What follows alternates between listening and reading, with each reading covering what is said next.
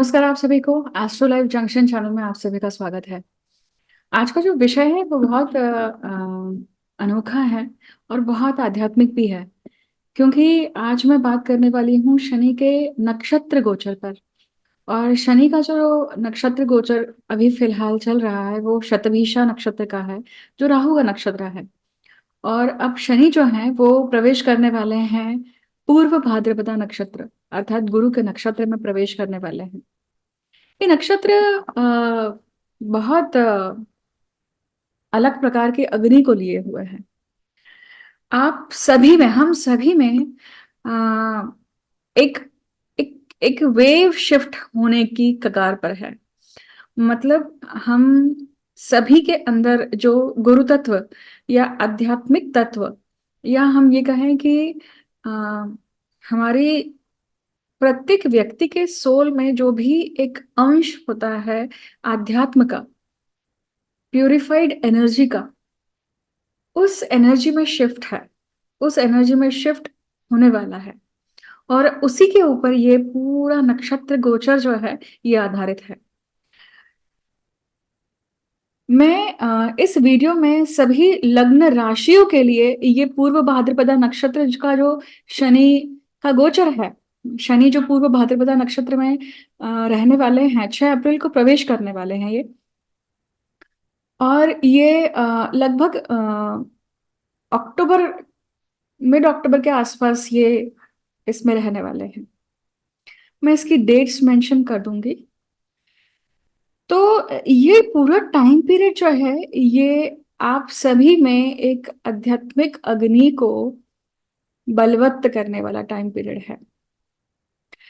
हम इस वीडियो में आपके पत्रिका में ये जो गोचर है ये कौन से भाव में हो रहा है, और उस भाव से संबंधित या आपके जीवन में किस प्रकार से इसके मेजर लेवल पे परिणाम हो सकते हैं, उसके ऊपर बात करने वाला है। मैं आपको पहले ही हेड्सअप दे देती हूँ कि ये जो गोचर है ये मटेरियलिस्टिकली जो भी आप प्रश्न कर खोजना चाहेंगे, उसके उत्तर आपको यहाँ पे नहीं मिलने वाले इस वीडियो में। बट आपको उसके उत्तर जरूर मिलने वाले हैं जो आप प्रारब्ध को लेकर, या अपने आध्यात्मिक ऊर्जा को लेकर, या अपने आध्यात्मिक उन्नति को लेकर। तो हर किसी की इमेजिन करिए, मुझे हमेशा ये स्वप्न बचपन से आता रहा है कि जब एक पूरा मैदान जैसा कह सकते हैं, मैदान नहीं परंतु एक भव्य उजाला है, भव्य एक प्रकाश है जिसकी तरफ छोटे छोटे प्रकाश पुंज जा रहे हैं। और वो छोटे छोटे प्रकाश पुंज कोई थोड़े बड़े हैं, कोई छोटे हैं, कोई बहुत छोटे हैं, तो कोई थोड़ा सबकी साइज डिफरेंट है। और जब मुझे ये स्वप्न दिखा करता था, ये काफी समय तक मुझे दिखता रहा। उस समय उस समय नहीं समझ में आता था मुझे, या उस समय उस चीज की गहनता नहीं समझ में आती थी। कभी कभी हमें जो स्वप्न आते हैं उसके गहनता या उसकी डिकोडिंग जो होती है ना, वो सालों लग जाते हैं उसे डिकोड करने में, बहुत बार। परंतु जब वो डिकोड करते हैं तो वो आत्मा को बदल देते हैं, वो आपकी पूरी ऊर्जा को बदल देते हैं। और शायद कुछ ऐसे ही हुआ मेरे साथ। तो वो जो दिखा करता था कि बहुत सारे प्रकाश पुंज एक तरफ एक दिशा में जा रहे हैं, और एक बड़ा सा प्रकाश पुंज है उसमें वो समाहित होने वाले हैं। और सब कोई, अगर हम एबीसीडी लाइन से लगाएं तो कोई ए पे है, कोई सी पे है, कोई डी पे है, कोई डब्ल्यू पे है, कोई इस तरह से सब अपने अपने लेवल पे है। और वो असेंडिंग या डिसेंडिंग, जैसे भी आपको समझना है वो समझ लीजिए, ऐसे ऑर्डर में दिखता है। मतलब डायगोनल है, स्लैंटिंग है। मतलब सभी, हम सभी जो प्रत्येक आत्मा जो है वो अपना प्रवास करती है, अपनी यात्रा करती है उस अखंड प्रकाश की तरफ जहां से वो अपनी जर्नी शुरुआत करी है उसने। तो और वहीं पे समाहित होना चाहते हैं, ऐसा कहा करते थे। मैंने शायद ज्ञानगंज गोपीनाथ कविराज जी की किताब है शायद, बहुत समय पहले पढ़ी थी।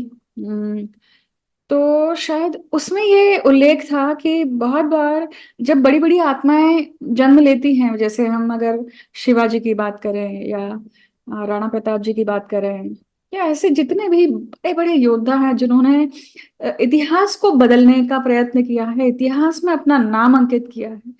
तो ऐसा कहा जाता है कि वो बहुत सारी सोल का एक एकत्रित ऊर्जा पुंज होती हैं। और जब बहुत सारी सोल जो हैं, बहुत सारी आत्माएँ जो हैं, अखंड होकर एक जगह पे समाहित होकर, एकरूप होकर, एकता के लिए, काम करने के लिए समक्ष होती है और अपने आप को अर्पण करती हैं, तब ऐसी आत्माएँ या ऐसा व्यक्तिमत्व जीवन लेता है और कार्य करता है। इसलिए भी वो अप्रत्यक्ष रूप से निस्वार्थ रूप से जी जनता के लिए या एक एकनिष्ठ होकर किसी एक ध्येय के लिए काम कर पाते हैं। इस वीडियो में आपको जिस प्रकार से मैंने कहा कि हर लग्न राशि के अनुसार आपको मैं इस पूर्व भाद्रपदा नक्षत्र की ऊर्जा आपके आध्यात्मिक जीवन में किस प्रकार से आपको प्रयत्नशील या उन्नतिशील करेगी उसके ऊपर बात करने वाली हूँ। इसी के साथ-साथ हम शनि क्या करने वाले हैं इसके ऊपर जानेंगे। हम पूर्व भाद्रपदा नक्षत्र के बारे में कुछ थोड़ी-सी टेक्निकल डिटेल भी समझेंगे।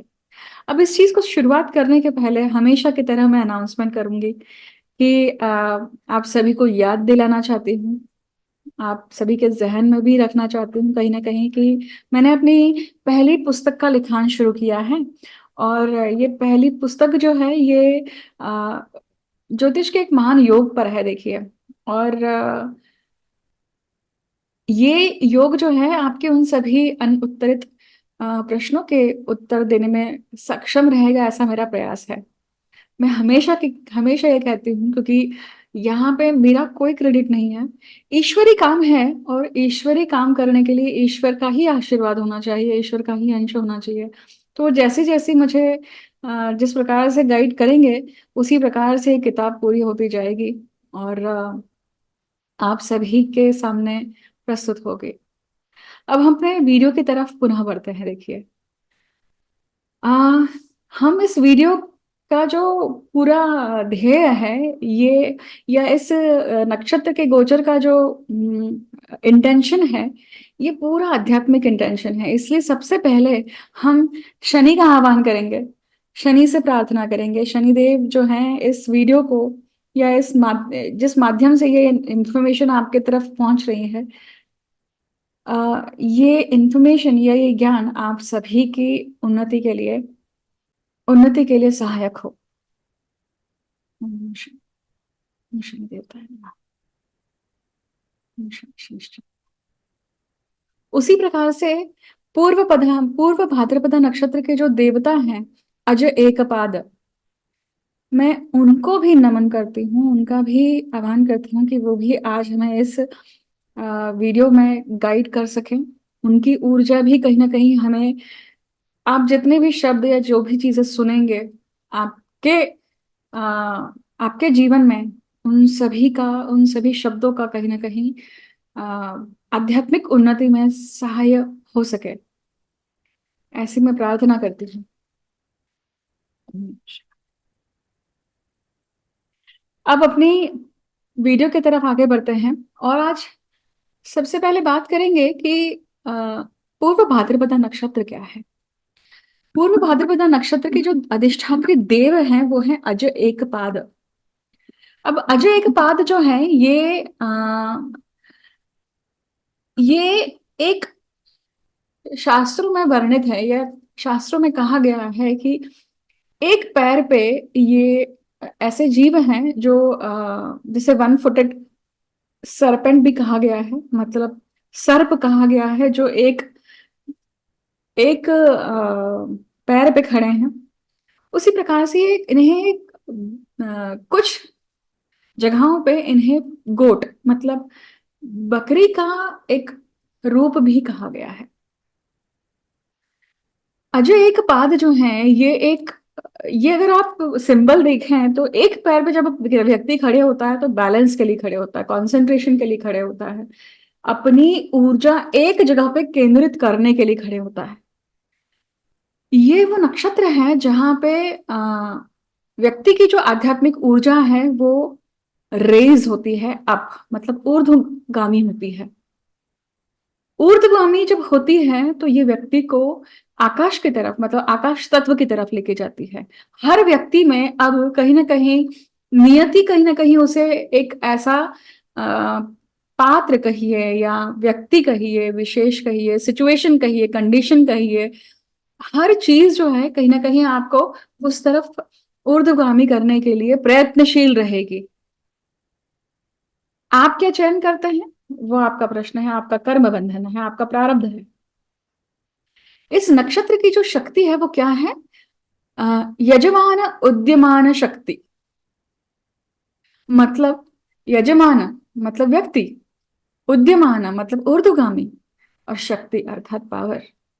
तो इसका जो बेसिस है ना, ये मतलब बेसिस, किसी भी नक्षत्र का बेसिस अबाव और बेसिस बिलो देखते हैं। क्यों देखते हैं? कि इसकी ऊर्ध्व जो शक्ति है वो क्या है और इसकी अधो शक्ति क्या है, ये ऊपरी कॉस्मिक लेवल पे किस तरह से काम करती है, इसका इंटेंशन क्या है, और ये नीचे मतलब पृथ्वी लोक पे बेसिस बिलो कहाँ पे ये किस प्रकार से काम करती है। तो ये सभी के लिए अच्छा सोच है, कहीं ना कहीं यूनिवर्सल अच्छी सोच है।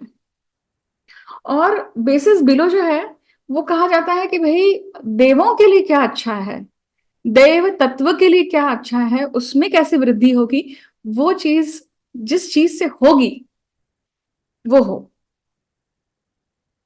इसका अर्थ हुआ कि आपका पूर्ण जगत जो है आपको अब यहाँ पे सपोर्ट करने के लिए आगे आएगा।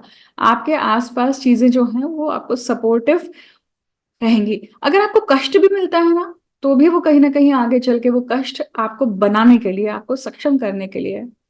तो कष्ट मिल रहा है या सुख मिल रहा है, हमारा दृष्टिकोण उस चीज के ऊपर कैसा है, और उसके वो जो दृष्टिकोण है वो कैसे कैसे बदलते जाता है।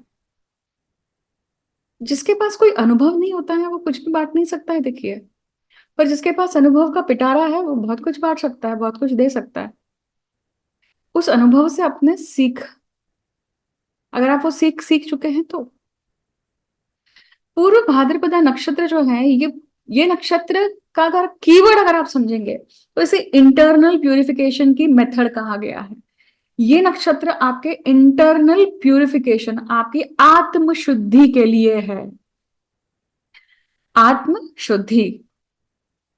और ये आत्म शुद्धि किस चीज के लिए? कि यूनिवर्सल व्यू, मतलब आपका जो जगत को देखने का नजरिया है वो शुद्ध होते जाना चाहिए। क्योंकि जब वो शुद्ध होगा तो आप में नेगेटिविटी कम होती जाएगी और कंस्ट्रक्टिविटी या पॉजिटिविटी बढ़ती जाएगी।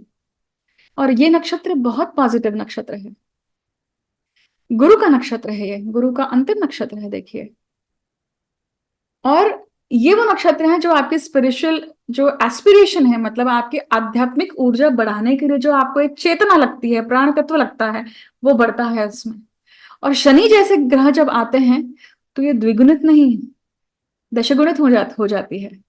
बशर्ते आप कौन से लेवल पे खड़े हैं। आप अगर सीढ़ियां हैं, मान लीजिए अगर आध्यात्मिक लेवल को चढ़ने के लिए, तो आप कौन सी सीढ़ी पे, कौन से इस पे खड़े हैं, उसके ऊपर डिपेंड करता है। आपका प्लेटफॉर्म कहाँ आए हैं, किस बेस से शुरू कर रहे हैं, उसके ऊपर डिपेंड करता है कि आप कौन सी छलांग लगाएंगे। ये वो नक्षत्र है जो आपको अपने सेल्फिश बिहेवियर के डोमेन से बाहर निकालता है। आप जितने भी अपना स्वार्थ देखने का, जहां भी हम व्यक्ति में एक ग्रीड होती है ना, अपना स्वार्थ देखना, अपनी खुशी देखना, उस जोन से, उस डोमेन से बाहर निकालता है। और बाहर इक्वल सबके लिए सोच डेवलप करता है। अजय एक पाद जो है उसे ये भी कहा गया है कि ये कॉस्मिक सेलेस्टियल फॉर्म है, मतलब दिव्य दिव्य शक्ति है। और इसे दिव्य मतलब सीक्रेट अग्नि कहा गया है, दिव्य अग्नि कहा गया है इसे। कई जगह पे ये भी कहा गया है कि ये सूर्य के समान है और ये रिफ्लेक्ट करती है हमारी कुंडलिनी शक्ति को। कुंडलिनी शक्ति, ये टॉपिक पूर्णतः डिफरेंट हो जाएगा, क्योंकि ये बहुत ज्यादा डीप और बहुत ज्यादा सीरियस सब्जेक्ट है। मैं जब तक मुझे परमिशन नहीं मिलती है मेरी गुरुओं से, तब तक मैं इस सब्जेक्ट पे बात नहीं कर सकती हूँ, या बात करना उचित नहीं रहेगा। तो जब कुंडलिनी शक्ति, मतलब ये जो नक्षत्र है, ये आपकी कुंडलिनी शक्ति को भी रिफ्लेक्ट करता है। ये नक्षत्र आपके सभी आध्यात्मिक उन्नति के प्रयत्न को भी रिफ्लेक्ट करता है। आपके आध्यात्मिक उन्नति के लिए करने वाले जो डिसिप्लिन रूल है ना, रूल्स हैं, रेगुलेशंस हैं, जिस प्रकार का डिसिप्लिन जीवन आप जीते हैं, मतलब सुबह उठना है, ब्रह्म मुहूर्त में उठकर अगर आप योगा करते हैं, अगर आप प्राणायाम करते हैं, ब्रीदिंग टेक्निक्स करते हैं, सिर्फ ध्यान करते हैं, तपस करते हैं, तो उस डिसिप्लिन को भी ये नक्षत्र दर्शाता है। और आप देखेंगे कि पूर्व भाद्रपदा नक्षत्र के जो लोग हैं, उनमें ये सारी क्वालिटीज बहुत हद तक मिलती हैं। कभी ना कभी जीवन में ये चीज वो करते ही करते हैं, भले ही उसमें कम ज्यादा होते रहे, क्योंकि हर एक का रूटीन हमेशा एक जैसा नहीं रहता है। षष्ठ भाव हमेशा एक समान नहीं रहता है, अनलेस अनटिल उस षष्ठ भाव में पृथ्वी तत्व की राशि फिक्स साइन हो तब। परंतु मान लीजिए कि अगर डुअल साइन है तो डुअलिटी आ जाएगी, चर साइन है तो वो तो कभी एक स्थिर नहीं रह पाएगा।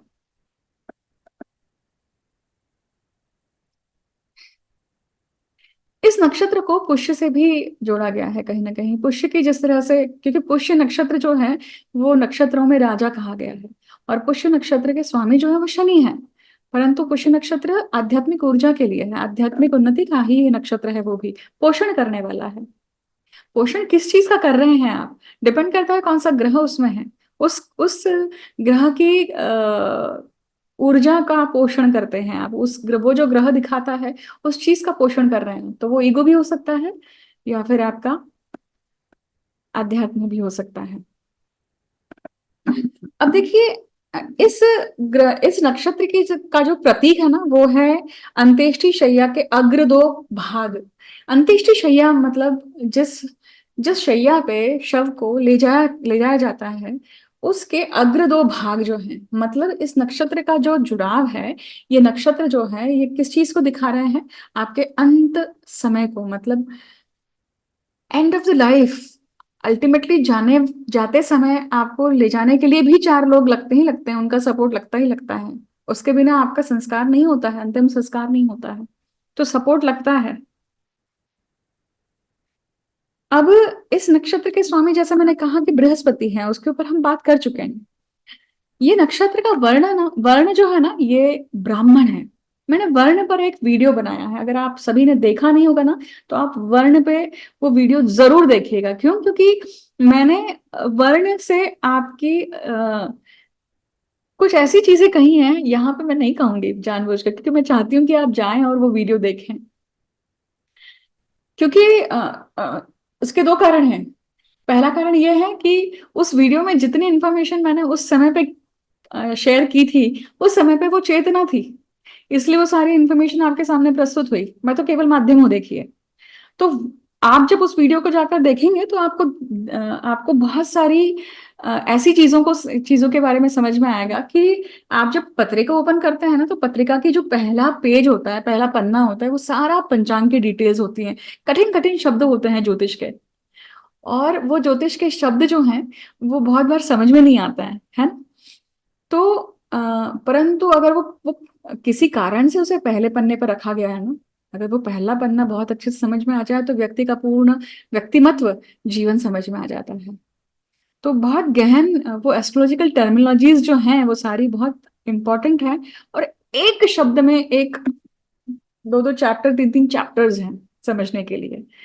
उसी प्रकार से वर्ण वर्ण के ऊपर वापस आते हैं। वर्ण अगर आप देखेंगे तो इसका ब्राह्मण है। मैं इतना ही कहूंगी कि ब्राह्मण जब वर्ण आता है, तो सबसे सबसे प्रथम इसे कास्ट से तो बिल्कुल मत जोड़ने की गलती करिएगा, ठीक है? क्योंकि वर्ण यहाँ पे जो चीज कही है वो आपके कर्म के लिए आती है, आपके विचार शैली के लिए आती है, कि आपका विचार शैली, आपका विचार का ढंग क्या है। तो एक एक प्रकार की विचार शैली, उसमें कोई परिवर्तन ना होना, उसमें कोई कॉम्प्रोमाइज नहीं होना, उसमें कोई भी आ, छेड़ा छेड़ी भी नहीं होना। तो ये जब होता है,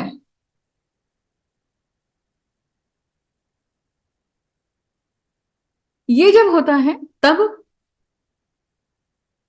वो एक वर्ण, एक मानसिकता होती है, और उस मानसिकता के साथ में वो व्यक्ति जीता है, और उसमें वो बदलाव नहीं करता है। मतलब मान लीजिए वर्ण अगर शुद्र है तो उसे कुछ भी चल जाएगा, क्योंकि उसके पास ऑप्शन ही नहीं है। जो हम नॉर्मली जो लेबर लेबर वर्ग को देखते हैं, या जो सैनिटरी का काम करने वाले हैं, जो भी उनके पास अगर कोई ऑप्शन होता, तो क्या वो अलग काम करते हैं? तो व्यक्ति को वो कार्य करने के लिए वो काम मिला है, उसका प्रारब्ध है अगर भीख मांगना, तो कुछ कारणवश मिला है। भीख मांग के जब व्यक्ति पैसे मांगता है, राइट, हाथ फैलाता है, हाथ फैलाने की कभी नीयत हमारी रहती नहीं है जनरली। तो ऐसा क्या कर्म किया व्यक्ति ने कि जिसके कारण वो हाथ फैलाने के लिए, भीख मांगने के लिए मजबूर हो गया, और वो पैसा मांग रहा है कहीं ना कहीं, या खाना मांग रहा है।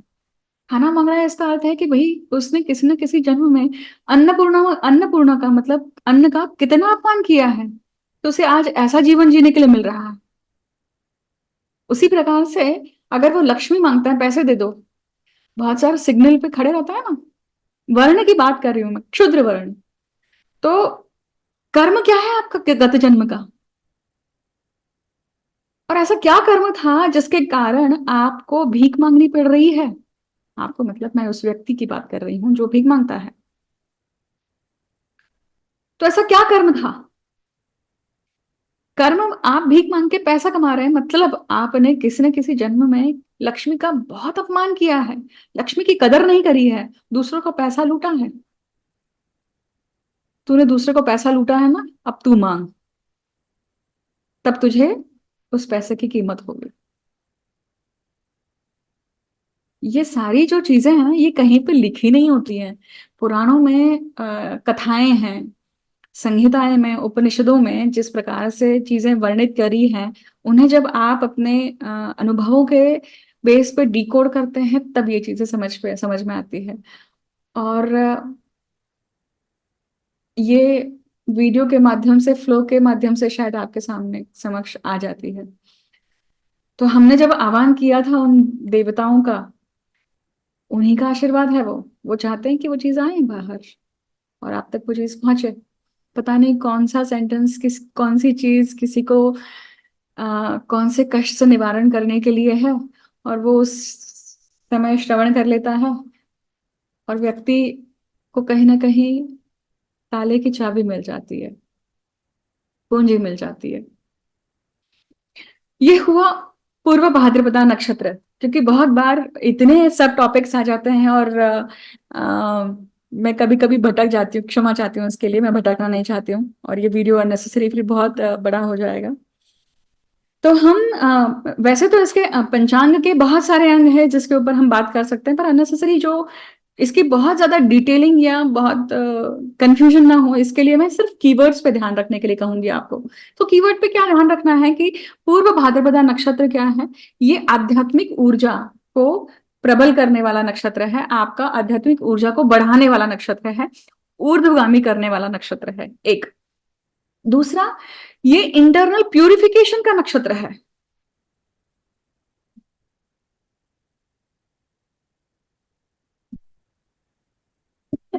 इंटरनल प्यूरिफिकेशन अर्थात आपकी आत्मशुद्धि का। और ये नक्षत्र दिव्य अग्नि का, कुंडलिनी शक्ति को भी रिफ्लेक्ट करता है। तो ये कुछ कीवर्ड्स आप ध्यान रखिए कि अब शनि जब इस गोचर में आ रहे हैं, इस नक्षत्र गोचर में आ रहे हैं, तो आप सभी के लिए इन सभी चीजों की, इन सभी चीजों में उत्थान करेंगे। आप जिस लेवल पे हैं उस लेवल से आपको उठाने का प्रयास खुद सृष्टि आपको चांस दे रही है। अब हम शनि की बात करते हैं। शनि कर्म फल दाता है, शनि दंड नायक है। शनि जब दंड नायक के रूप में जाते हैं, तो वो साढ़े साथी में वो हमें वो ये नहीं कहते हैं कि मैं हर बार हर हर समय आपके लिए काम करता रहूंगा, नहीं। तुम कम कर्म करते रहो, मैं डिसाइडेड टाइम के अनुसार आऊंगा और फिर मैं उस कर्म का लेखा जोखा करूंगा। अगर तुमने अच्छा कर्म किया है तो तुम्हें उस कर्म के अच्छे फल मिलेंगे, अगर तुमने बुरा कर्म किया है तुम्हें उस कर्म के बुरे फल मिलेंगे, क्योंकि शनि सिर्फ कर्म फल दाता है। अच्छा बुरा कर्म ये हमारे हाथ में होता है, हमारे प्रयत्न होते हैं। और दंड नायक तब होते हैं जब सामने वाला हट बुद्धि के हट बुद्धि से जब जन्म लेता है, या हट हट के कारण अपने कर्मों को बिगाड़ते रहता है, तब वो दंड नायक का रोल लेते हैं और दंड देते हैं। तो दंड नायक का रोल भीषण है, तीक्ष्ण है, क्योंकि जब दंड आता है तो जीवन में ऐसी ऐसी घटनाएं घटित होती हैं जो अनायास ही व्यक्ति को इस तरह से प्रताड़ित कर देती हैं, नेस्तो नाबूद कर देती है, धरातल पूरा तरह से पूरा पूरा तरीके से हिला देती है। देखिए, मतलब अब कोरोना का काल जो हुआ होगा, बहुत सारे लोगों के जीवन में, बहुत सारे लोगों के घरों में मृत्यु तांडव हुआ होगा। और बहुत सारे ऐसे लोग हैं जिनके जीवन में कुछ भी नहीं हुआ, कुछ भी बदलाव नहीं हुआ, कोई कोई मृत्यु तांडव नहीं है, किसी की मृत्यु नहीं है, कुछ नहीं हुआ, बीमार भी नहीं पड़े हैं लोग। तो ये पराकाष्ठा है ना। तो प्रत्येक के कर्मानुसार, और कर्म बंधन ये इस जन्म के ही नहीं है, गत जन्मों के कर्म बंधन है, उसके अनुसार वो फल प्राप्ति होती है। तो ये हुआ शनि के बारे में। ठीक है, अब हम आगे बढ़ते हैं और अब हम बात करेंगे हर लग्न राशि के अनुसार ये जो गोचर है ये किस प्रकार से, ये नक्षत्र गोचर किस प्रकार से रहेगा। और इस नक्षत्र गोचर को समझने के लिए हमें वो कीवर्ड्स जो मैंने आपको बताए हैं वो आप लिख लीजिए एक पेपर पे, तो आपको याद रहेगा, या फिर बड़े अक्षरों पे दीवार पे चिपका दीजिए कि ये चेंज आने वाले हैं। और जैसे ही कहीं भी आप जाते हैं, किसी से भी मिलते हैं, किसी भी सिचुएशन में होते हैं, तुरंत आपको वो रिलेट होगा, क्योंकि होने वाली सभी चीजें कहीं ना कहीं हमें सिखाती है ना। Every moment is teaching us something. तो इसी प्रकार से आगे बढ़ते हैं और समझते हैं कि हर लग्न राशि के अनुसार या फिर जन्म राशि के अनुसार ये नक्षत्र गोचर आपके कौन से भाव में हो रहा है। राइट, क्योंकि कुंभ राशि जो है वो कहीं ना कहीं तो स्थित है ही। राइट, ये आपके पहले भाव में है, चौथे भाव में है, सातवें भाव में है, दशम भाव में है, कौन से भाव में स्थित है, तो हम उस भाव अनुसार उसके फल को समझेंगे। उस भाव के में जो अब कुंभ राशि है, कुंभ राशि का स्वामी शनि है खुद ही, और शनि की दूसरी राशि मकर राशि है, तो मकर राशि को भी देखना पड़ेगा। अब हम पूर्व भाद्रपदा नक्षत्र को जब समझ रहे हैं तो बाकी के जो दो नक्षत्र हैं, बाकी के जो दो नक्षत्र हैं गुरु के, वो भी एक्टिवेट होंगे, क्योंकि वो त्रिकोण है। हर नक्षत्र जो है उस तीन नक्षत्र, हर ग्रहों को तीन नक्षत्र दिए गए हैं और वो त्रिकोण बनता है। देखिए, तो एक जगह पे एक्टिवेट होगा तो वो बाकी दोनों कोणों को भी एक्टिवेट करता है, मतलब बाकी दो एस्पेक्ट को भी एक्टिवेट कर देता है। फॉर एग्जाम्पल, जब हम राशि लेते हैं 159, 159, मतलब मेष राशि, सिंह राशि और यहाँ पे धनु राशि है। तो यहाँ पे हर राशि में जो तीन नक्षत्र आ रहे हैं, मेष में जो तीन नक्षत्र हैं अश्विनी भरणी कृतिका, सिंह में जो है मघा उत्तर फाल्गुनी, पूर्व फाल्गुनी उत्तर फाल्गुनी, उसी प्रकार से यहाँ पे जो धनु में नक्षत्र हैं, तो ज्येष्ठा मूला पूर्व आषाढ़ा, ये जो ये नक्षत्र जो हैं ये क्या करते हैं, ये कहीं ना कहीं मूला पूर्वाषाढ़ा उत्तराषाढ़ा है ना। तो आप देखिए कि हर राशि में तीन तीन नक्षत्र हैं तो वो एक्टिवेट हो जाते हैं। जब उस राशि वो नक्षत्र आता है, उसका जो स्वामी और दो नक्षत्रों का स्वामी है, वो नक्षत्र भी एक्टिवेट हो जाते हैं। ठीक उसी प्रकार से पूर्व भाद्रपद नक्षत्र जो है वो गुरु का है, और गुरु के बाकी जो दो नक्षत्र हैं वो कौन से हैं, वो पुनर्वसु, विशाखा और पूर्व भाद्रपदा। ठीक, तो ये तीन नक्षत्र भी जिसके हैं वो भी एक्टिवेट होने वाले हैं। इसका अर्थ है कि जिनके पत्रिका में जन्म नक्षत्र, लग्न नक्षत्र और सूर्य नक्षत्र या कोई भी ग्रह इन तीन नक्षत्रों में अगर है, पुनर्वसु, विशाखा या फिर पूर्व भाद्रपदा। तो ये शनि का जो गोचर है, नक्षत्र गोचर पूर्व भाद्रपदा का, ये आपके लिए बहुत इंपॉर्टेंट होने वाला है, आपके इंटरनल जर्नी के लिए। अच्छी खासी आध्यात्मिक जर्नी होने वाली है, तैयार रहिएगा इस चीज के लिए। उसी प्रकार से अगर आपकी गुरु की महादशा चल रही है, शनि की महादशा चल रही है, प्रत्यंतर दशा, अत्यंत अंतरदशा चल रही है, तो भी ये क्या होगा, ये नक्षत्र गोचर आपके लिए परिणामकारक होगा। नवतारा सिस्टम के हिसाब से ये जो नक्षत्र, ये जो पूर्ण टाइम पीरियड है, ये टाइम पीरियड में अपूर्व भाद्रपदा नक्षत्र आपके लिए, आपके जन्म नक्षत्र के लिए, आपके जन्म नक्षत्र मतलब चंद्र जिस नक्षत्र में है, उस नक्षत्र से अगर ये नक्षत्र आपके लिए तीसरा मतलब विपत्त, मतलब ये जन्म नक्षत्र विपत्त नक्षत्र पड़ता है तो ये विपत्ति लाएगा। अगर ये प्रत्यरी पड़ता है तो कहीं ना कहीं प्रतिकूलता लाएगा। और अगर ये वध नक्षत्र मतलब पांच, पांच, तीन, पांच और सात, तो सातवां नक्षत्र पड़ता है तो ये क्या लाएगा, ये कहीं ना कहीं वध नक्षत्र, वध तारा है ये। इसका अर्थ है कि किसी न किसी चीज का मर्डर होना। मर्डर व्यक्ति की बात नहीं कर रही हूं मैं, परंतु किसी न किसी चीज का, किसी इमोशन का नष्ट हो जाना, मृत्यु तुल्य कष्ट मिलना उस चीज को लेकर, मतलब उस चीज का संपुष्टिकरण होना, अंत होना। ठीक है। विपत मतलब विपत्ति आ रही है, विपत्ति अगर आप क्रॉस कर लें तो वापस से आपको सक्सेस है ही। प्रत्येरी मतलब प्रतिकूलता है, बाहर बारिश हो रही है, बारिश होने तक रुक जाइए, ये प्रतिकूलता है। और वध मतलब कि आप खत्म हो गया है, ये चैप्टर खत्म हो गया है, अब नए चैप्टर शुरू होने वाला है। ठीक है। अब यहां से हम बात करेंगे कि हर लग्न राशि के लिए या फिर जन्म राशि के लिए ये संपूर्ण नक्षत्र गोचर जो है शनि का, ये किस प्रकार से रहेगा पूर्व भाद्रपदा नक्षत्र में। चलिए शुरू करते हैं। अब बात करेंगे सबसे पहले लग्न की, वो है मेष लग्न की। और मेष लग्न के लिए जो नक्षत्र गोचर है, ये कहाँ हो रहा है, ये उनके लाभ भाव में हो रहा है। और लाभ भाव में शनि जो है ये पूर्व भाद्रपदा नक्षत्र में जा रहे हैं, और अभी फिलहाल कहाँ है, शतभिषा नक्षत्र में है। देखिए समझिए कि मैं आपको जो कीवर्ड्स इंट्रोडक्शन पार्ट में दे चुकी हूँ, वो आपको सिर्फ इस भाव में अप्लाई करना है। आप किस प्रकार से अप्लाई करेंगे आप। लाभ भाव क्या है, सभी प्रकार के लाभ है। लाभ भाव मतलब 11वां भाव आपकी कॉन्टैक्ट सर्कल को, आपके मित्र मंडली को, या फिर आपके स्पाउस एंड फैमिली को दर्शाता है। ये सभी, ये उपचय भाव है, मतलब ग्रोथ हाउस है। इसका अर्थ है कि जब पूर्व भाद्रपदा नक्षत्र में जब शनि जा रहे हैं तो ये क्या करने वाले हैं, इन सभी क्षेत्रों में आपका जो नजरिया है, ये सेल्फिश डोमेन से हटा के आपको यूनिवर्सल डोमेन में डालने के लिए कह रहे हैं। मतलब सिर्फ अपना विचार मत कर, अपनी फैमिली का मतलब कहीं ना कहीं जो भी लाभ आप अर्जित करना चाह रहे हैं, जिस भी चीज में आप खुशी पाना चाह रहे हैं, अपना फायदा देखना चाह रहे हैं, वहां पे केवल अपना फायदा नहीं देखना है, वहां पे लार्जर पिक्चर देखने की कोशिश करिए।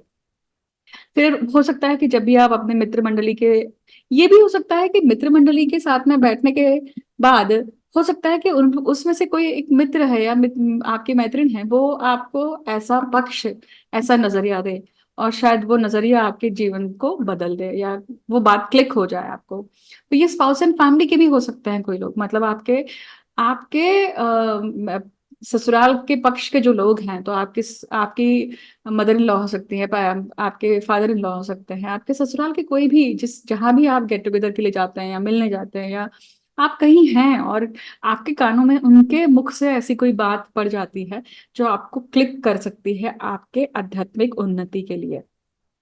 और यकीन मानिए कि जब ये, मैं आपको कह रही हूँ कि ये चीज जो है ये स्पेसिफिकली आपके लाभ को लेकर ही है, क्योंकि ये लाभ जो है, ये आध्यात्मिक लाभ की बात हो रही है। अब अभी तक राहु के नक्षत्र में था, तो राहु आपको कहीं ना कहीं ग्रीडीनेस दे रहा था, हव्यास बोलते हैं हम उसको मराठी में, या उस एम्बिशन दे रहा था कि ये कर ले, ये चाहिए, ये अचीव करना है, इसको अचीव करने के लिए बाय हुक बाय क्रुक ये करना ही पड़ेगा। बट अब पूर्व भाद्रपदा नक्षत्र में आने के बाद में आपको रियलाइज होगा कि ये माध्यम या ये चीज अगर मैं करता हूँ तो मैं सिर्फ सेल्फ सेंटर्ड हो जाता हूँ या हो जाती हूँ। That's what you have to take care of, right. तो ये गोचर आपके जीवन में लाभ भाव में, इन सब क्षेत्रों में, इन सब लोगों को लेकर कहीं ना कहीं क्या कर रहा है, आपको एक आध्यात्मिक ऊर्जा को बलवत करने के लिए कह रहा है। अब यही अगर हम देखें कि वृषभ लगने के लिए ये जो गोचर है, ये नक्षत्र गोचर कहाँ हो रहा है, ये उनके आ, देखिए आप दशम भाव में हो रहा है। दशम भाव में ये आपके कर्म को दिखाता है। तो कर्म मतलब आप जो भी कर्म कर रहे हैं, सुबह उठने से लेकर रात तक, रात में सोने तक, जो भी कर्म आप कर रहे हैं, जरूरी नहीं कि मैं यहाँ पे करियर की ही बात कर रही हूँ, कोई भी कर्म आप जब करते हैं तो उस कर्म को लेकर आपकी जो विचार शैली है, आपके इंटेंशन है, वो किस प्रकार के हैं। क्या वो सिर्फ और सिर्फ सेल्फ बेनिफिट के हैं? क्या वो सिर्फ और सिर्फ अपने कर्म को लेकर सजग रहने के हैं? तो बहुत अच्छी बात है, क्योंकि आपको अपना हिसाब देखना है यहाँ पर। हिसाब देखना है मतलब, क्या आप अपना हिसाब सही पूरा कर रहे हैं? क्या आप अपना 100% उस कर्म में दे रहे हैं? ये जरूर प्रश्न करिए अपने आप को। कोई भी कार्य करते हैं, आजकल क्या हो रहा है प्रॉब्लम, आप देखेंगे कि हर व्यक्ति ना गैजेट को लेकर बिजी रहता है। मोस्ट ऑफ द टाइम उसके हाथ में अपना फोन होता है, और वो सिर्फ फोन में बहुत लगा रहता है, चाहे वो मेलिंग करना हो या सर्फिंग करना हो या फिर कोई वीडियो देखना हो, एनीथिंग। व्यक्ति का जो कर्म है उसमें उसका कंसंट्रेशन बढ़ चुका है इन गैजेट्स को लेकर। और जब आप घर पे भी होते हैं या आप ऑफिस में भी हैं, कहीं भी हैं, तो हाँ हाँ आप देख रहे हैं, और हाँ हाँ हाँ, आधा ध्यान आपका यहाँ पे है, मोबाइल पे है, आधा ध्यान सामने वाले पे, बात पे। तो हो सकता है कि आप अपने वाइफ के साथ में, आपके हस्बैंड के साथ में ये चीज हो रही है, बच्चों के साथ में ये हो रही है, घर के फैमिली मेंबर्स के साथ में हो रही है। आप कर्म की तरफ जरूर देखिएगा कि आप अपने कर्म में कितना परसेंट दे रहे हैं। और ये इस चीज के लिए आपको अपने आप से ईमानदारी रखनी पड़ेगी, तभी आप समझ पाएंगे, then you can control that habit. तो ये चीज है कि अपने कर्म को सही प्रकार से असेस करिए, एनालिसिस करिए, ताकि आप क्या कर सकते हैं, अपनी जो स्पिरिचुअल जर्नी है वो अग्रसर कर सकते हैं, ऊर्ध्वमुख कर सकते हैं, ऊपर की तरफ लेके जा सकते हैं। यही वो टाइम पीरियड है कि यहाँ पे जहाँ ये कहीं ना कहीं आपको बचना है। बचना किस चीज से है? क्योंकि अभी फिलहाल जब ये गोचर शुरू हो रहा है तो ये मंगल के साथ में है, तो ये कहीं ना कहीं एक द्वंद्व देता है। ये कहीं ना कहीं आपको प्रूव करने के लिए एक रीजन देता है कि मैं प्रूव करते रहूं अपने आप को। या फिर जब मंगल शनि भी साथ में होते हैं, एक गोचर साथ में है, साथ चलेगा, तो जब तक मंगल है, मतलब 23 अप्रैल तक रहेंगे, तो वो शुरुआत में ही कहीं ना कहीं आपको ये फीलिंग भी दे रहे हैं कि मैं ही सही हूँ, मैं ही सही हूँ, बाकी लोग गलत हैं। इन लोग को, ये लोग सोच ही नहीं रहे हैं, आपको कहीं ना कहीं लगेगा। बट याद रखिए, ये आपका नजरिया है। अगेन आप क्या हो रहे हैं, सेल्फ सेंटर्ड हो रहे हैं, सेल्फ कॉन्सेंट्रेटेड हो रहे हैं। तो सेल्फ कॉन्सेंट्रेट से निकलकर आपको कहीं ना कहीं यूनिवर्सली अपने आप को, अपना ध्यान केंद्रित करना है। जो चीजें आपको दिखाई दिखाई जा रही है, उसके ऊपर भी देखना है, सिर्फ वो नहीं जो आपको देखना है। ठीक है। अब यही गोचर मिथुन राशि के लिए कहाँ हो रहा है, ये उनके भाग्य भाव में हो रहा है। भाग्य तभी आएगा, भाग्य तभी उज्जवल होगा, भाग्य की साथ तभी मिलेगी जब आप अपने कर्म में, अपने विचार शैली में, आपके रिलीजियस बिलीफ सिस्टम में क्या होगा, आपके 100% प्योरिटी आएगी।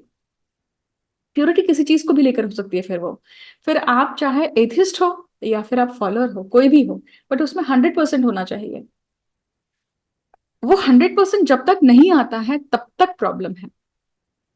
और ये गोचर आपके भाग्य में हो रहा है, तो वो भाग्य को तभी अपना उज्जवल कर सकता है, बढ़ा सकता है, जब आप में ऑसिलेशन बंद हो जाए। तो ऑसिलेशन किस चीज का है?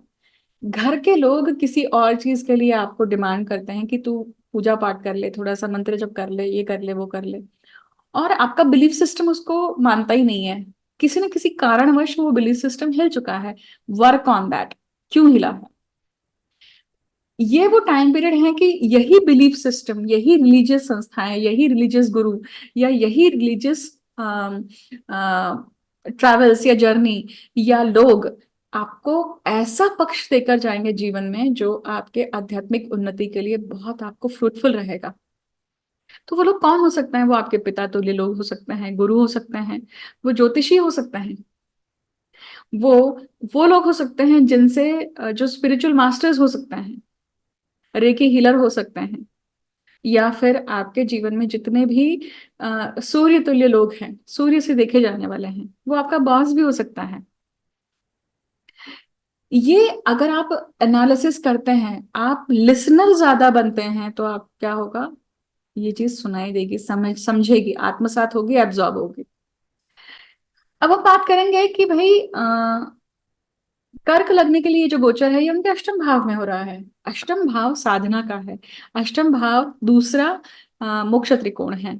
और अष्टम भाव में जब ये शनि जो है पूर्व भाद्रपदा नक्षत्र में गोचर करेंगे तो क्या कहते हैं ये, देखिए अष्टम भाव तंत्र मंत्र यंत्र का है, गूढ़ विद्याओं का है और एंशियंट विद्याओं का है। शतभिषा नक्षत्र में जब तक था तब तक वो आपको कहीं ना कहीं इन सब चीजों को लेकर, इन सब चीजों के इंफॉर्मेशन को अर्जित करने के लिए आपको ग्रीडीनेस दे रहा था। बट अब ये गोचर जो है शनि का, वो क्या कह रहा है कि आप जो इन्फॉर्मेशन आपने गेन करी है, ये आपको सिर्फ अपने तक नहीं रखनी है, ये आपको कहीं ना कहीं प्रोजेक्ट आउटसाइड भी करनी है। एक दूसरा कि जब आप जितना भी आपने सुन लिया है, यहाँ से वहां से जितने भी, जहाँ पे आपने इसका कोर्स कर लूं, इसका इसका कोर्स कर लूं, ये वाला मेडिटेशन अटेंड कर लूं, ये वाला रेकी कोर्स कर लूं, या फिर ये वाला ज्योतिष का कोर्स कर लूं, या फिर ये साधना कर लूं, वो साधना कर लूं, ये जब चीजें रहती हैं तो इस केस में क्या होता है कि व्यक्ति की खिचड़ी बन जाती है और व्यक्ति एग्जैक्टली आइडेंटिफाई नहीं कर पाता है कि उसको एग्जैक्टली करना क्या है। तो यहाँ पे आपको मेडिटेशन हेल्प करेगा। जितना आप कोशिश कर सकते हैं मेडिटेशन करिए। Meditation is the key for it. तो ये वो टाइम पीरियड है जब आप कोई भी साधना या कोई भी अब आगे से इंफॉर्मेशन गेन करने जाते हैं तो वो आपके स्पिरिचुअल जर्नी को अपलिफ्ट करेगी, आपके स्पिरिचुअल दृष्टिकोण को अपलिफ्ट करेगी और आपको मैं से निकालकर हम की तरफ ले जाएगी, आय सिकनेस को हटाएगी। अब हम बात करेंगे कि सिंह लग्न के लिए जो गोचर है ये कहाँ हो रहा है, ये उनके सप्तम भाव में हो रहा है। सप्तम भाव क्या है, इतर लोगों का है, पति पत्नी का है, आपके स्पाउस का है, बिजनेस पार्टनर्स का है। सप्तम भाव मारक भी है, देखिए। तो जब शनि का नक्षत्र गोचर ऐसे आध्यात्मिक ऊर्जा को बलवान करने वाले नक्षत्र की तरफ होगा या उसमें होगा, तो क्या होगा, आपका पार्टनर आपको सहायक होगा। आपके बिजनेस में भी कहीं ना कहीं जिन लोगों से आप मिल रहे हैं वो आपको एक अलग एंगल जीवन में देकर जाएंगे, जो सिर्फ और सिर्फ बिजनेस का नहीं होगा, कहीं ना कहीं कंट्रीब्यूशन का होगा। कंट्रीब्यूशन आपके आपकी कम्युनिटी के प्रति, आपके कंट्री के प्रति, आपके सिटी के प्रति। तो ये जो गोचर है, ये गोचर में आपको आपकी आध्यात्मिक ऊर्जा को बलवत्त करने के लिए कौन हेल्प करने वाला है, आपकी आपकी वाइफ हो सकती है, मतलब आपका पार्टनर हो सकता है। या हो सकता है कि ये शुरुआत में ऐसा लगे कि कहीं ना कहीं शनि मंगल का योग है, देखिए, तो शनि मंगल का योग होने के कारण ये चीज आपको इम्पैक्ट करेगी अहंकार के रूप में। पर बट आप खुद एनालिसिस करेंगे, इंट्रोस्पेक्ट करेंगे, तो आपको समझ में आएगा कि जो बातें आपको ये लोग कह रहे हैं सभी, इनमें तथ्य है। ये आपको अहम भाव से, आय सिकनेस से निकालकर बाहर लेके जा रहे हैं, आपको आपको स्पिरिचुअली अपलिफ्ट कर रहे हैं। तो ये ध्यान रखिएगा। सेवेंथ हाउस से शनि का ये नक्षत्र गोचर आपको क्या करने वाला है, लोगों में स्पिरिचुअल आइडेंटिटी, लोगों की स्पिरिचुअलिटी को देखने का मौका देगा और उससे आपकी स्पिरिचुअलिटी मतलब आपका पॉजिटिविटी बढ़ेगी। आध्यात्मिक ऊर्जा बढ़ना मतलब पॉजिटिविटी बढ़ना है, पॉजिटिविटी बढ़ना मतलब क्रिएटिविटी बढ़ना है, जीवन में समृद्धि लाना है। यही अगर आप देखेंगे कि कन्या लग्न के लिए, तो कन्या लग्न के लिए ये गोचर कहाँ हो रहा है, ये उनके षष्ठ भाव में हो रहा है। तो षष्ठ भाव मतलब आपका जॉब, आपके रोग रिपु ऋण, इन सभी के मध्य जब जब भी आप हैं, आपको जो भी तकलीफ हो रही है, जिस भी चीज को आप अदा कर रहे हैं, मतलब अगर आप रोग से जूझ रहे हैं तो वो रोग भी कहीं ना कहीं आपको धीरे धीरे शांत करते जाएगा। भले ही शरीर को तकलीफ हो रही है पर आप शांत होते जाएंगे, आपकी एंग्जाइटी कम होती जाएगी और आपको खुद दिखाया जाएगा कि शरीर नश्वर है। परंतु शरीर को ग्रांटेड लेना गलत है। इसलिए अपने लिए जो चीज अच्छी है उसको भी लेना सीखो, परंतु उसकी के साथ साथ मेंटली भी स्पिरिचुअली खाना दो। मतलब कहीं ना कहीं आप अपने मेंटल स्वरूप को भी किस प्रकार का खाद्य देते हैं, ये इंपॉर्टेंट है। उसी प्रकार से जॉब एनवायरनमेंट में भी आपको कहीं ना कहीं आप हमेशा मटेरियलिस्टिक गोल को लेकर करते हैं। गो फॉर हायर गोल, कि आज का दिन अच्छा बीता है ना, आज का दिन सही तरीके से काम किया है ना। तो प्रत्येक व्यक्ति जॉब करता है किसी न किसी कारण के लिए, अपने अपने परिवार का लाइवलीहुड अर्न करने के लिए, परिवार को देखने के लिए, रिस्पॉन्सिबिलिटीज निभाने के लिए, लोन पे करने के लिए, इन सब चीजों के लिए। अब आप कहेंगे कि मैडम इसमें कहाँ आध्यात्मिकता देखें। परंतु देखिए कि ये सारे कर्म जो हैं, ये सारे भौतिक प्रश्नों के साथ भी एक आध्यात्मिक ऊर्जा को जिया जा सकता है, जो आपको कहीं ना कहीं शांति दे सकती है। तो सीधा spiritual side of the life यहाँ पर, रोते ही बैठना, अगर आप क्रिब ही करते रहेंगे तो क्रिबिंग ही रहेगी जीवन में।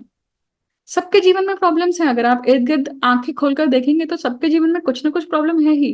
वो आपकी मेड सर्वेंट हो या आप खुद हो, वो पैसे कम भी कमा रही हैं, हम पैसे ज्यादा भी कमा रहे होंगे, तो भी हमारे जीवन में कुछ ना कुछ तो प्रॉब्लम है ही। तो कहीं ना कहीं असेसमेंट करिए, अपने दुख से निकलकर जगत के दुख को भी देखिए यहाँ पर। ये वो टाइम पीरियड है कि जब आप अपने रूटीन को अगर सही तरीके से रखते हैं, डिसिप्लिन रखते हैं, तो आपको क्या होगा, आप अपने आप में कंपोज होते जाएंगे, क्योंकि ये नक्षत्र गोचर आपको कंपोज करने के लिए है। वही अगर हम तुला लग्न की बात करें तो क्या होगा, ये गोचर आपके पंचम भाव में हो रहा है। पंचम भाव आपके पूर्व पुण्य का है, आपके प्रेम प्रणय का है, आपके संतति का है, और आपके जॉब के खत्म हो जाने का है एक्चुअली, राइट। क्योंकि दशम से आठवां आठवां भाव है, या षष्ठ से व्यय भाव है। तो जब पंचम भाव में शनि का नक्षत्र गोचर इस प्रकार के नक्षत्र में होता है, पूर्व भाद्रपदा, मतलब जो एक आध्यात्मिक ऊर्जा को अग्नि प्रज्वलित करने के लिए आपको देता है।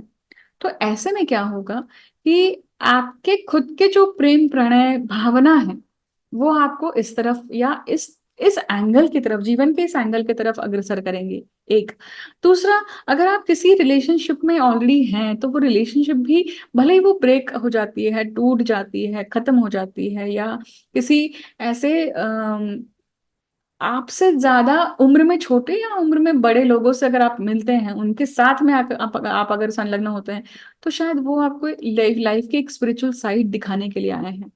वो आपको कहीं ना कहीं कुछ अलग, जीवन की अलग फिलोसॉफी दिखाने के लिए आए हैं, जो बहुत जरूरी है शायद आपके जीवन को स्थिर करने के लिए। वही आपके संतति, आपके बच्चे जो हैं, आपको शायद बहुत कुछ सिखा जाएंगे यहाँ पे, आपको कुछ ऐसी चीजें सिखा जाएंगे कि जहाँ पे सिर्फ और सिर्फ आप आ, उतना ही विचार नहीं कर रहे हैं, एक रैट रेस में भाग नहीं ले रहे हैं, एक रैट रेस की तरफ ही दौड़ नहीं रहे हैं कहीं ना कहीं। तो वो बच्चे आपको कहीं ना कहीं आपके स्पिरिचुअल जर्नी में आपको हेल्प करेंगे, कुछ ऐसी चीजें सिखा जाएंगे जो छोटी मुंह बड़ी बात है, परंतु है तो सही सत्य। उसी प्रकार से अगर हम वृश्चिक लग्न के लिए ये गोचर देखें, तो ये गोचर कहाँ हो रहा है, चौथे भाव में हो रहा है। तो देखिए शायद वृश्चिक लग्न के जो लोग हैं, घर को लेकर एक अलग ही उनकी भावना होती है, देखिए, या अपने वास्तु को लेकर कहीं ना कहीं उनकी एक अलग इमोशंस है। ये पहला मोक्ष त्रिकोण है जहां पे ये गोचर हो रहा है शनि के पूर्व भाद्रपदा नक्षत्र में। चौथा भाव जो है ये केंद्र में से आता है, तो ये आधार स्तंभ है, पिलर है लाइफ का। और जब शनि जैसा ग्रह इसमें पूर्व भाद्रपदा नक्षत्र में आता है, तो वो कहीं ना कहीं बोल रहा है आपको कि भाई, जितना मटेरियलिस्टिकली तुम दौड़ रहे हो, आय सिकनेस कर रहे हो, उसमें से निकल के कहीं ना कहीं अपने जीवन को स्पिरिचुअली भी अग्रसर करो। और स्पिरिचुअली अग्रसर करने के लिए आप क्या कर सकते हैं, आप अपने रूटीन में बदलाव करिए। रूटीन में बदलाव कैसे कर सकते हैं कि भाई आप मंत्र उच्चारण कर रहे हैं, आप बचपन से जो चीजें करते आए थे उसको आपने छोड़ दिया है, जो आप वापस से रिज्यूम कर सकते हैं, वो आपको स्टेबिलिटी देगा। तो कौन सी स्टेबिलिटी देगा, मेंटल स्टेबिलिटी देगा, मेंटल पीस देगा। और आप एट पीस, मतलब जो आपकी बाउंसिंग एनर्जी है, वो बाउंसिंग एनर्जी ना होकर कहीं ना कहीं शांत हो जाएगी। जो नेगेटिव एनर्जी है, दंश मारने वाली है, स्कॉर्पियो का जो डंक होता है, वो डंक हमेशा ऊपर होता है, तो वो चीज जो है वो धीरे धीरे खत्म हो जाएगी। उसके बाद में ये वो टाइम पीरियड है कि यहाँ आपको वो स्पिरिचुअल जो आध्यात्मिक ऊर्जा है या जो दृष्टिकोण है, वो किससे मिल सकता है, आपका खुद का घर, आप जितना समय घर में बिताते हैं, आपकी खुद की माता, माता तुल्य लोग आपके जीवन में, ये कहीं ना कहीं आपको अग्रसर करेंगे, हेल्प करेंगे, सपोर्ट करेंगे इस जीवन को, जीवन के इस भाग को देखने के लिए, जीवन में स्थिरता लाने के लिए। उसी पे उसकी के बाद धनु लग्न की बात करते हैं। धनु लग्न के लिए ये गोचर देखिए कहाँ हो रहा है, पराक्रम में हो रहा है। पराक्रम भाव कैसा है आपके? पराक्रम भाव आपके सिबलिंग्स का है, आपके खुद के प्रयत्नों का है, करेज का है, आपके ब्रेवरी का है, आपके छोटे प्रवासों का है, राइट। और ये वो भाव है जो उपदेश देने का है। बहुत बार हम लोगों को उपदेश देने चाहते हैं, परंतु क्या उन्होंने वो मांगा है, क्या उन्होंने वो चीज कही है? तो जब तक आपको पूछा नहीं जाता है तब तक आप उस बारे में ना बोलें। दूसरी बात, हो सकता है कि आपके भाई बहनों से ही आपको बहुत कुछ सीखने के लिए, समझने के लिए मिले, जो आपको स्पिरिचुअली अग्रसर कर सकता है। यही वो चीज है जब आप ये वो स्थान है या ये वो गोचर है जब आप छोटे प्रवास करते हैं, तो वो प्रवास, वो जर्नी, वो यात्राएं आपको अलग अलग जगहों पे जाकर जो आप अनुभव लेते हैं, वो आपके दिमाग के पर्दों को खोलता है, और वो कहीं ना कहीं क्या देता है आपको, एक आध्यात्मिक ऊर्जा को, आपकी वो अग्नि को प्रज्वलित करता है। ये वो टाइम पीरियड है कि आपको समझ में आएगा कि मुझे आय सिकनेस नहीं करनी है, मैं ही सही नहीं हूं यहाँ पर। जो हमेशा रहता है कि भाई जब शनि मंगल रहते हैं तो ये चीज हो जाती है। शुरुआत में आपको लग लग सकता है कि मैं जो कह रहा हूँ वही सही है, ये लोग आसपास के जो लोग हैं वो जो बोल रहे हैं वो गलत है। बट आपको उस चीज से निकलकर, सेल्फ सेंटर जोन से निकलकर कहीं ना कहीं बाहर के जोन में देखना है, यूनिवर्सल जोन में देखना है। मकर लग्न की बात करें तो ये जो गोचर है ये कहाँ हो रहा है? ये उनके दूसरे भाव में हो रहा है। देखिए दूसरा भाव धन का भाव है, वाणी का भाव है, कुटुंब का भाव है। तो कुटुंब के सदस्य, कुटुंब के सदस्यों में से बहुत सारे जो सदस्य होंगे उनसे आपको कहीं ना कुछ ऐसा सुनने के लिए मिलेगा आगे आने वाले महीनों में, जो आपके स्पिरिचुअल जर्नी को अपलिफ्ट करेगा। आपकी वाणी, आपका खान पान, ये आपके स्पिरिचुअल जर्नी को शुद्ध करेगा, प्यूरिफाइड करेगा। तो आप किस प्रकार का खान पान रखते हैं, क्योंकि शनि क्या है वो आप बासा अन्न मत लीजिए, पर आप फास्टिंग कर सकते हैं। इंटरमीडियंट फास्टिंग ऐसी चीज है जो रोज करने की नहीं है। इंटरमीडियंट नाम ही इंटरमीडियंट है, मतलब कभी कभी करने की है। तो आप वीकली ट्वाइस कर सकते हैं, थ्राइस कर सकते हैं, बट वो प्रॉपर इंस्ट्रक्शन, स्पेशलिस्ट से इंस्ट्रक्शन लेने के बाद करिए, क्योंकि ये सारी चीजें आपको हेल्प करेंगी आपके प्रॉब्लम से निकलने के लिए। ये वो टाइम पीरियड है जब आप मंत्र उच्चारण करते हैं तो भी आपको अपलिफ्टमेंट, आपकी आध्यात्मिक ऊर्जा प्रबल होती जाती है धीरे धीरे। कुंभ लग्न के लिए अगर आप देखें तो ये गोचर कहाँ हो रहा है, ये उनके लगन में ही हो रहा है। देखिए लगन में अब आपके शनि जो है वो नक्षत्र गोचर कर रहे हैं पूर्व भाद्रपदा में। क्या दिखाता है ये? आपके खुद की पर्सनालिटी, आपके खुद के विचारधारा, आपका खुद का सोच जो है, इन सभी में क्या बदलाव की जरूरत है। आय सिकनेस से निकलकर कहीं ना कहीं सेल्फ सेंटर्ड डोमेन से निकलकर यूनिवर्सल डोमेन में जाने की जरूरत है। और ये वो टाइम पीरियड है जब आप अपनी शुद्धिकरण करते हैं, अपने आप को प्यूरिफाई कर सकते हैं, क्योंकि इर्द गिर्द जो भी चीजें घटित होगी, आप जिनसे मिलेंगे, जहां जाएंगे, जहां प्रवास करेंगे, या जिनसे आपका संपर्क आएगा, वो सभी लोग कहीं ना कहीं आपको, चाहे वो खट्टे अनुभव हो, बुरे अनुभव हो, अच्छे अनुभव हो, सारे अनुभव कहीं ना कहीं क्या देने वाले हैं आपको? आध्यात्मिक उन्नति देने वाले हैं, आपका दृष्टिकोण बदलने वाले हैं। तो अपने सेंसेस खुले रखिए यहाँ पे और सुनिए, समझिए। अगर कोई चीजें जहां पे लगता है आपको कि जहां पे शायद माफी मांगना, सुनना, प्रेजेंट, अपनी प्रेजेंस देना जरूरी है, वहां पे दीजिए, क्योंकि वो सारी चीजें आपकी उन आधी अधूरी बची हुई चीजों को क्या करेंगे, पूरा करेंगे, और आपको पीस ऑफ माइंड भी देंगे। मीन लगने के लिए देखिए ये जो गोचर है ये कहाँ हो रहा है, ये उनके व्यय भाव में हो रहा है। व्यय भाव क्या है? ये खड्डा है, हॉस्पिटलाइजेशन का, एग्जिट का भाव है, ये आपके खर्चे का भाव है, ये भाव वो है जो फॉरेन का है। तो व्यक्ति, बहुत बार हम कुछ सीखते हैं जब अपनी प्लेस चेंज हो जाती है। बहुत बार मातृभूमि में रहकर वो चीजें नहीं देख समझ पाते हैं, क्योंकि वहां पर खूब मंडुकता रहती है। जब तक आप बाहर नहीं जाते हैं तब तक आप वर्ल्ड को नहीं देखते हैं, तो आप में खूब मंडुकता रहती है। और जब वो कूपमंडुकता जाती है, जब आप उन बियॉन्ड लैंड जब जाते हैं तो, और खर्चा होना, कभी नुकसान होना या हॉस्पिटलाइजेशन होना, ये सारी घटनाक्रम जो जीवन में होती है ये बहुत कुछ सिखा के जाती है। और ये सारी घटनाक्रम जो होगी ये आपको क्या करेंगी, कहीं ना कहीं आपको स्पिरिचुअली स्ट्रांग करने वाली है।